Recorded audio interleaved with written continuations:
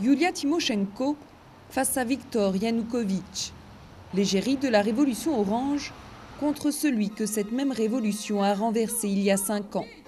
À la veille de l'élection présidentielle en Ukraine, la tension est palpable.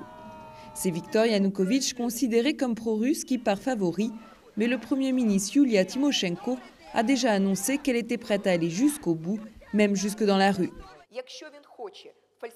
Si Yanukovych veut des falsifications, nous sommes capables de lui opposer une résistance qu'il n'a jamais vue, même en 2004. Une menace que Viktor Yanukovych ne prend pas vraiment au sérieux. Cette semaine, il était en visite à l'est du pays pour mobiliser un électorat largement acquis. Parti avec 10 points de plus que sa rivale, il savoure en avance sa revanche sur la révolution orange.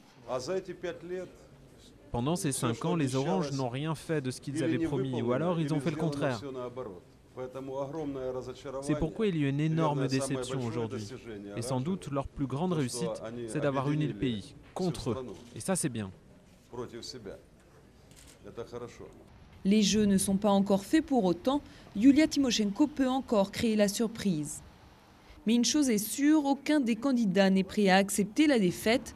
Alors peut-on s'attendre à une nouvelle révolution orange en Ukraine ? On ne se baigne jamais 2 fois dans la même rivière. Beaucoup de gens sont déçus de la révolution et du fait que les promesses de l'époque n'ont pas été tenues. Ils ne veulent pas répéter ce qu'ils considèrent comme une erreur. C'est pourquoi mobiliser les gens une seconde fois sera très difficile. S'il y a une lutte après l'élection, elle se fera donc sans doute devant les tribunaux. Le candidat malheureux essayant de prouver que son rival a falsifié les résultats.